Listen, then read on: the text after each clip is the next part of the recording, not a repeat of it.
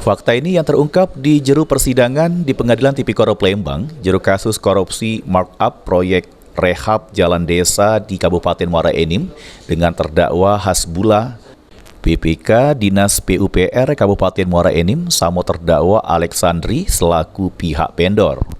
Jero sidang agenda pembelaan terungkap amun dari terdakwa Hasbullah lewat kuasa hukumnya mohon sama majelis hakim supaya terdakwa Hasbullah pacak dibebas dari hukuman.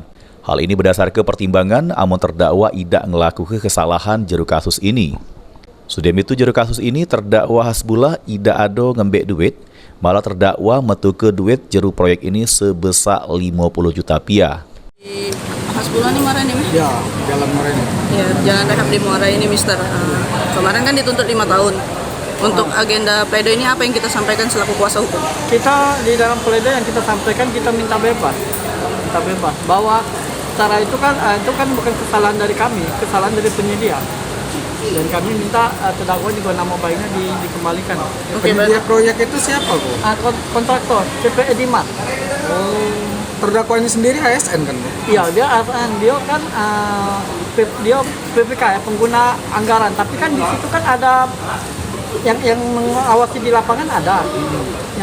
Jadi semua dia berdasarkan laporan dari lapangan. Tapi dia tidak mengaku bahwa duit itu dia yang ngambil. Memang uang itu bukan dia yang ngambil, uang itu bukan diserahkan ke dia memang. Dan yang ada malah dia keluar uang pribadi sekitar 50 juta. Itu ada buktinya dia pinjam uang sana sini. Berarti kita memang benar-benar minta bebas murni ya? Iya, kita minta bebas murni. Sementara dari pledoi pribadi terdakwa sendiri itu apa aja, Bu? Apa yang disampaikan? Disampaikan intinya pledoi dari terdakwa pribadi, dia ngomong bahwa uang itu 30 juta dia terima, dan kesalahan ini bukan kesalahan dari dia, itu kesalahan dari penyedia atau kontraktor.